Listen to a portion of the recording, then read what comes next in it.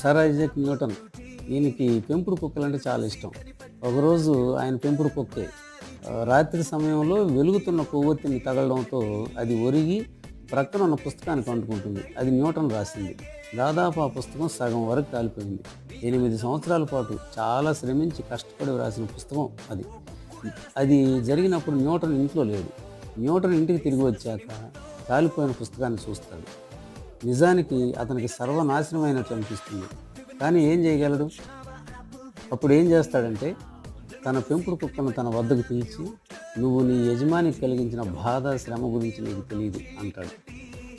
తన బల్ల దగ్గర కూర్చొని తిరిగి ఆ పుస్తకాన్ని రాయడం ప్రారంభించాడు. సత్తా ఉన్న వ్యక్తులు తమ భావావేశాన్ని అదుపులో పెట్టుకోగలుగుతారు. సహనం విజయానికి మూలం అంటాడు సర్ ఐజాక్ న్యూటన్.